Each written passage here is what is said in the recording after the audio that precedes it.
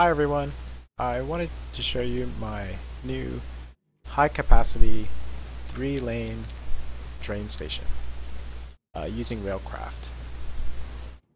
The benefit of this design is that you can have several trains either refueling or unloading or loading cargo at the same time without interrupting your main line. What we have here is a entrance lane, and the entrance lane splits into three loading docks, and from those three loading docks they merge back into one on-ramp that gets onto the bidirectional 2-lane main line down here. One of the interesting features of this design is that we use signal blocks. As you can see, we have 3 signal blocks here, one for each of the 3 lanes, and each of those signals is tied to these 3 receivers, and the receivers are set to output redstone when green.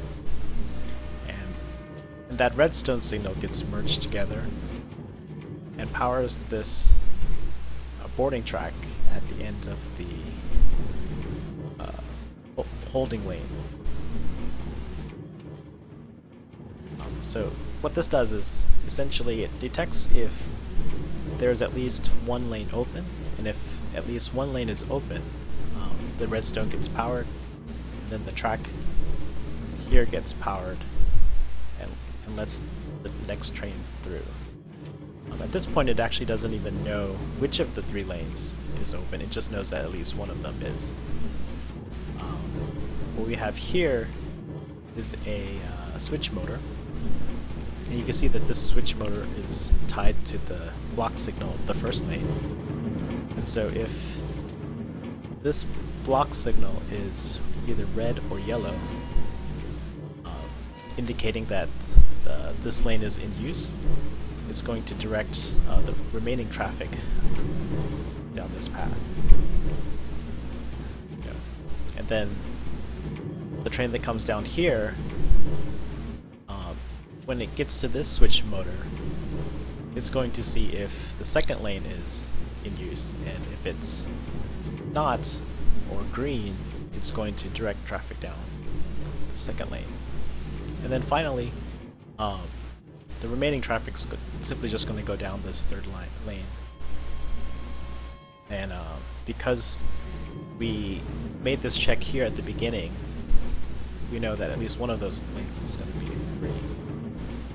And so that's why we can assume that if a train ever ends up in this line, it's going to have a place to go. Moving over to the other side of the station, we have a interlock circuit here. Essentially what this does is when a train gets to the end of this track, or any one of these 3 lanes, it's going to send there's a train detector underneath this block, and it's pointing towards a controller on the bottom. And this controller is set to output a green aspect when it's powered with redstone, and by default it will output a red aspect when it's not powered by redstone. And so so that when the train comes over this track, a redstone signal is going to be applied to the controller, not to the track but to the controller. The controller is then linked to this interlock, and then the interlock is then linked back to this receiver that's on top of the controller. It's not important that it's on top of the controller, it's important that it's next to this boarding track, because this receiver is going to be the one that allows this track to be powered and the trains to continue on. So the reason why we need this is because we could potentially have, you know, multiple trains lined up waiting to use this shared piece of track, and we don't want all of them to immediately run out at the same time, because that's going to cause an accident. We actually only want one of the trains to come through, and that's the purpose of this interlock. The interlock only allows a single signal to pass. If this receiver here, which is, it might be hard to see, but it only allows trains to pass if this receiver is receiving a green signal. So this green signal comes from this block, which consists of basically all of the track that goes down this line over and out to here. Okay, so there's a bunch of relays that are being used there,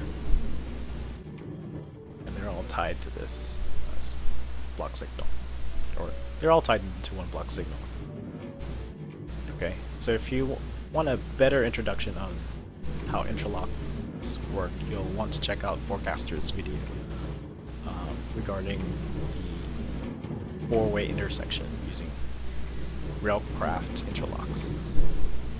Okay, so finally, we come down to this on-ramp that goes onto the main line, and the important bit about this is that we actually want all the trains that are speeding down this lane here to have basically unimpeded access, but we also don't want them to ram right into a train that's exiting onto the main line.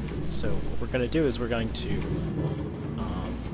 make sure that this track only allows trains to pass through if both this block here and this block here are open. So to do that, we have two receivers, one for each of these blocks, and between them we have a AND gate, just a simple RedPower AND gate with this third output or third input disabled. And so when both of these lines are open, we'll power this track and allow the trains to go through. I probably need to add a couple more trains to let you see how this works. And I think lastly, this is probably something I should have introduced at the beginning, is this setup right here, where we have a simple, this is actually a routing switch motor. And I don't want to take out the instructions for this, but essentially what it's doing is an and it's checking to see if the trains passing by here actually want to go to the refueling station. And it will only direct traffic here if the train wants to go down to the refueling station and the block defined by this section here. As you can see, I have another relay to this block signal, this relay, and this block signal defines one more signal block. And that block signal goes to this receiver and outputs a redstone signal if this entrance ramp is clear.